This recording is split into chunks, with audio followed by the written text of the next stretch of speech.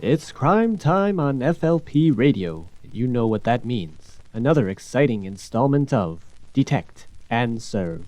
Let's listen in.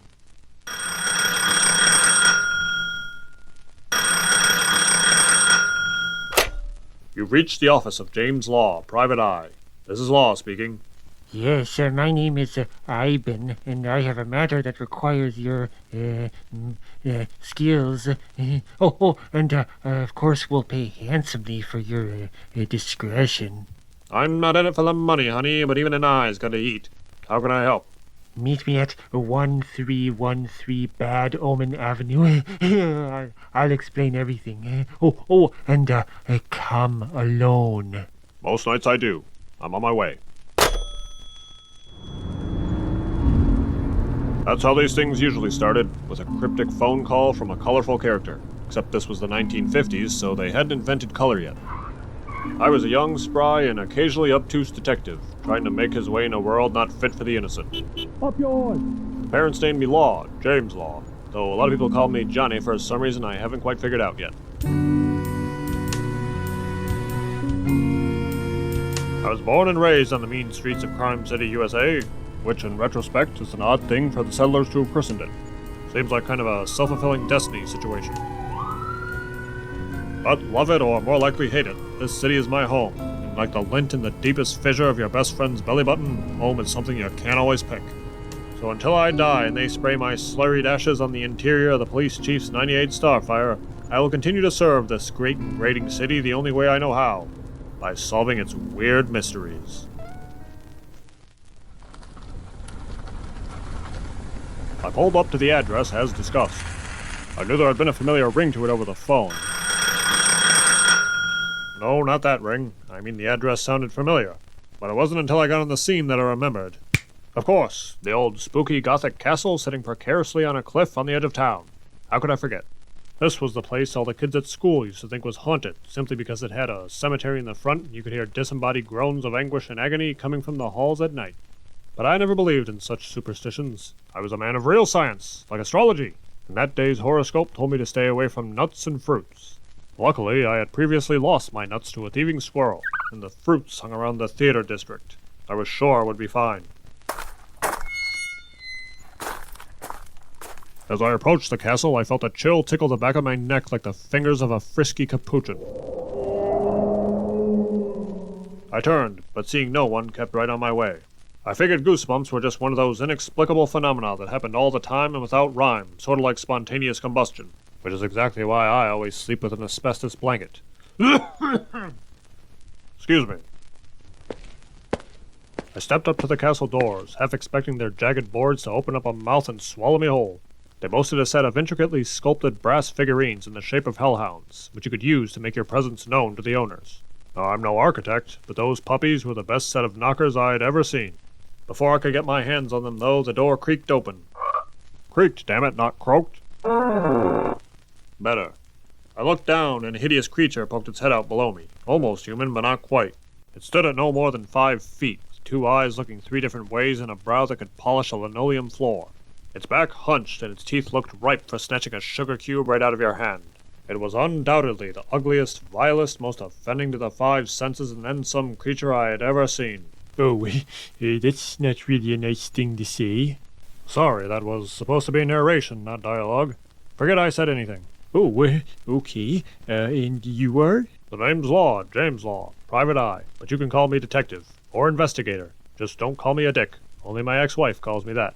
Oh, so good to meet you. I'm Iben. Oh, come in. Don't mind the cobwebs. We don't get many visitors. I had a hunch. Really? Who got rid of it for you? Could you refer me? Sorry, I don't partake in the reefer. Makes me see, well, quite a lot of what I'm seeing right now. Must be Mary Shelley as your interior designer. No, of course not. But she does love to come up for tea. She's dead. Where would she come up from? The ground. Right.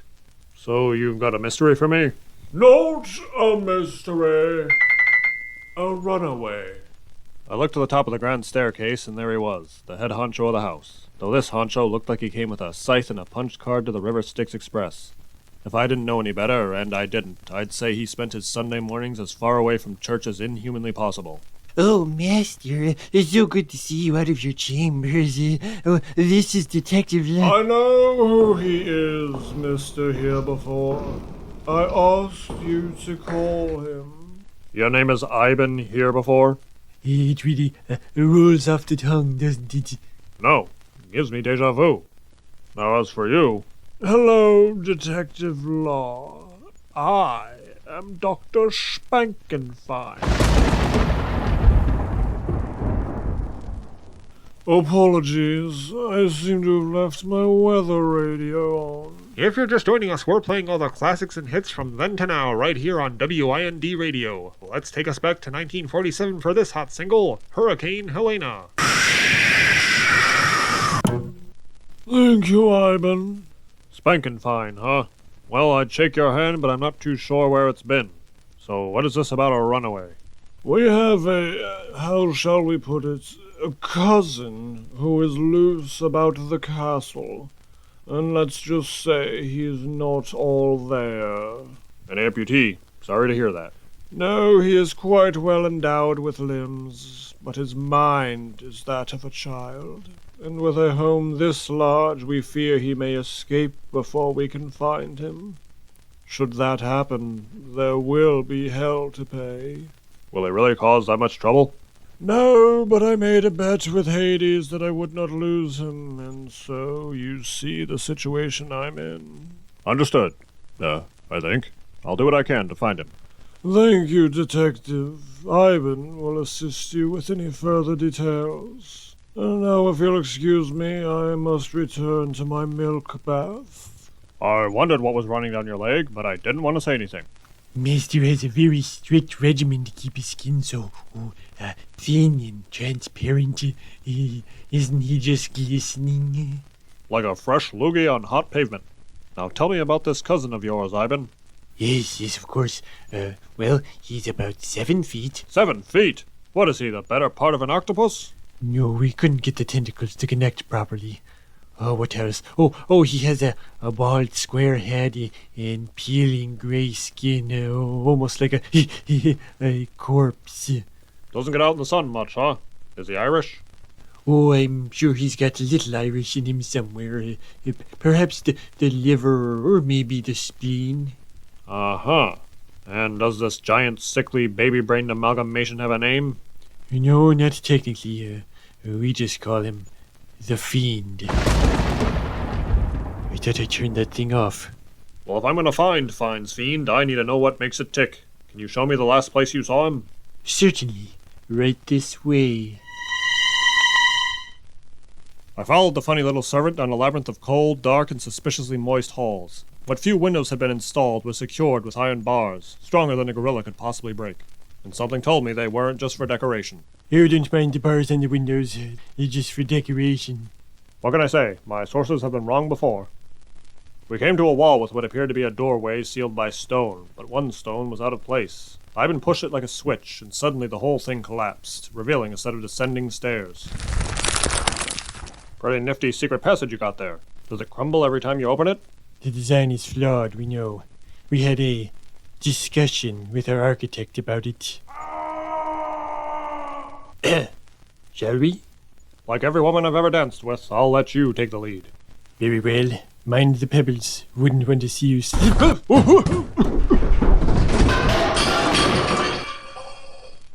I'm okay. Oh, no, I'm not. I followed Ivan down into the abyss, albeit without an appointment to the chiropractor. On my way down, a stench of formaldehyde and parental disappointment ran back up to meet me. Not that I'd know what formaldehyde smells like. The room at the bottom of the stairs most closely resembled a dungeon, with various instruments of science and torture strewn about. I even noticed a clarinet. That's when I knew these people must be sick. In the midst of it all was a steel table and 4 heavy chains. Whoever or whatever had been strapped down clearly didn't care for it, as the chain ends had been snapped like the neck of a baby bird. Above the table, a wide hole opened in the ceiling, running all the way up through the roof of the castle. Cables came down from a lightning rod, connecting the 4 pylons, each pointed at the iron slab. It didn't take an electrical engineer to figure out what was going on. You're building one of those newfangled microwave ovens, aren't you, Ivan? Microwave ovens, there's no future in those. This, detective, this is about mankind's determination to overcome nature, to rule his own destiny. You're telling me that thing can record television shows? Well, yes, it can do that too, but its main function is to take pieces of those who have died, and from it create new life. With this, we retain the powers of a god. Hey, kind of expected a sound effect there or something. Yes, very funny. Sewing people together like pieces of a little dolly's dress? I'm no expert, but that seems illegal. No expert, but you're a detective. Huh. Well, I guess I am an expert, and that's definitely illegal. The law only concerns extinguishing life, not creating it. I think anyone paying child support would beg to differ. It sounds like you know from experience. No, I never had kids, so mine took the house instead. Pulled up one day with a truck and towed it away. Wasn't even on wheels. But back to your unholy creation. Any idea why it would want to run away? Besides the fact he was locked in his room, had no real family, and was created for the sole purpose of experimentation? Yeah, besides all that. No idea. We gave him everything a growing monster could need. Food, water, clothes. You mean clothes? No, just the one. Oh, I'm so worried about him, and about what will happen to me if I don't find him. Oh, Master will surely dock my pay from dry roasted to blanched. What? What do you get paid? Peanuts. Why don't we search the castle a little more? Maybe we can trace its steps. Okay, but I'm not very good at tracing. Never could make those darn Thanksgiving turkey hands. Turkeys? I always thought those were 5-headed mutant pilgrims. I guess you learn something every day. But never mind that. We've got a real monster to find. Once we pushed past the orchestra, we left the dungeon and infiltrated the castle interior. I don't know what I expected of a spooky, gothic, possibly haunted castle sitting precariously on a cliff, but what I saw surprised even me. Like a blind man hitting a brick wall, I had no idea what I'd walked into. This is the cabinet gifted to Master by his good friend, Dr. Caligari. And this is the room where you keep the mannequins that only move when you look away. Creepy little guys. Oh, here we have the hallway with the door that gets further away the faster you run towards it. And this leads down to the endless underground maze. Oh, I wouldn't go down there though. We haven't fed the Minotaur in a while. Next, we have a strange door that we don't open under any circumstances. Let me stop you right there, my Quasimodo compadre. This place is clearly too big to go on searching door to door. We need to think logarithmically about this. You mean logistically? No, and I don't think you do either. Look, was there anything else the Fiend wanted besides sweet, succulent freedom? Well, before he broke free, we had promised him a companion, but unfortunately she did not survive the creation process. Oh, he screamed all night about his lost fiancée, and when we came down this morning, he was gone. Maybe then, instead of finding Fine's Fiend, we should first find Fine's Fiend's fiancée. Pretty sure I said that right. Shouldn't be too difficult. We put her in the mausoleum. Well, I don't know who this Liam character is, but I think it's time we pay him a visit. We moved the search party out to the cemetery, where I couldn't help but notice most of the graves had been disturbed. A single raven perched overhead, watching us, almost as if it wanted to warn us. Caw! Caw! Call for help! You're gonna die! Caw! Too bad I only spoke Canadian goose, and their lips are sealed tight. Even a detective can't put the squeeze on those honkers. We approached the crypt, but found its door already open. And by open, I mean smashed to pieces. And by smashed to pieces, I mean broken in half. And by broken in half, I mean split cleanly down the middle in perfectly proportional sections. Come to think of it might have just been 2 doors. Looks like your fiend beat us here. Oh no, he's already escaped the castle. And the bride's coffin, it's empty. Oh, we'll never find him now. Never is a 4-letter word, Ivan. You shouldn't use it. 4 is a 4-letter word. 2 for the show, Marilyn Monroe, you're right. But there's no time for that now. We need to think. The fiend got his bride, but he wanted her alive. So where would he go with her rotting carcass? Maybe to try to bring her back to life? But that's impossible. Well, how did you do it? With light. With light. Light.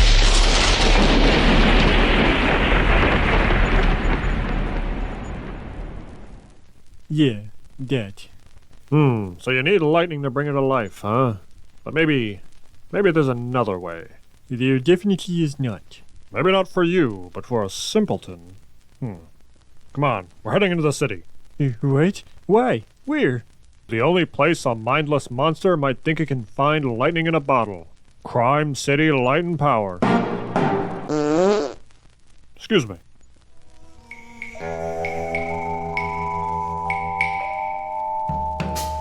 Crime City Light and Power. Their motto, enabling crime since the dawn of time, circa 1902. You won't find a more reputable company in the city, or one that provides such an array of services. The sulfur it releases melts the gum right off the streets, and the lead gives the water a sweetened taste. The fish, too, are so high in mercury you could make a thermometer out of a largemouth bass. Coal is truly the face of the future, and if my hunch was correct, of reincarnation, too.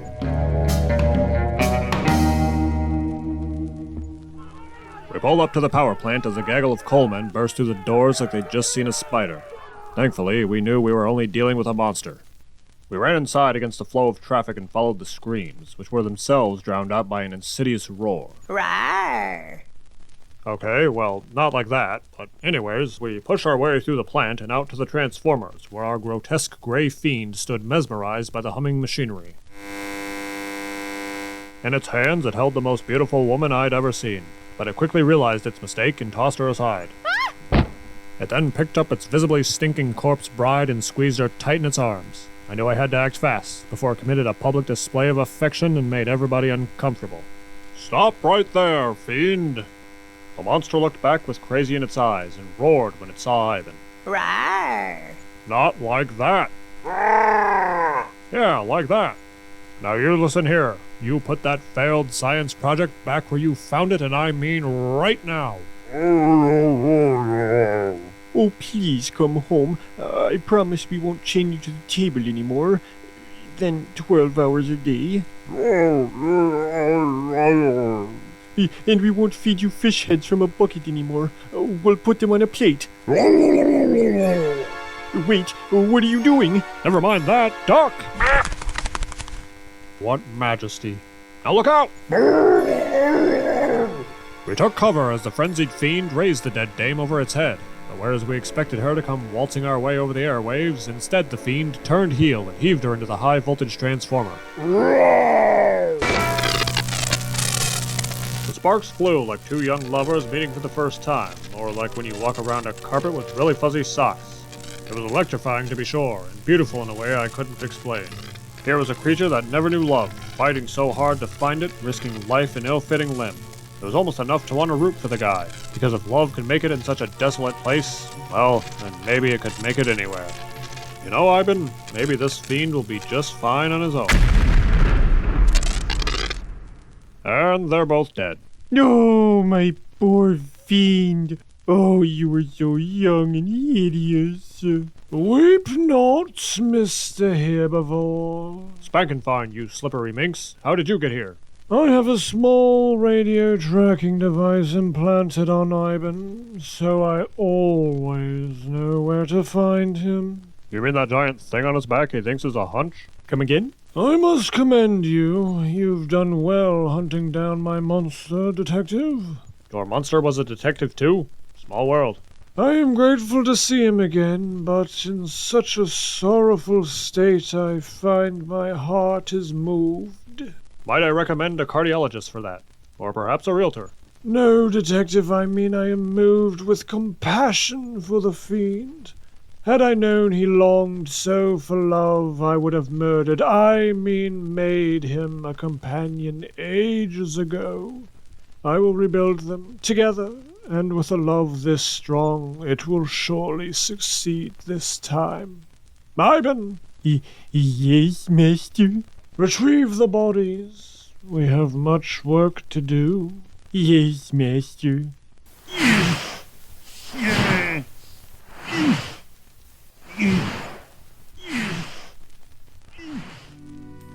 Just like that, the case of the runaway corpse was closed.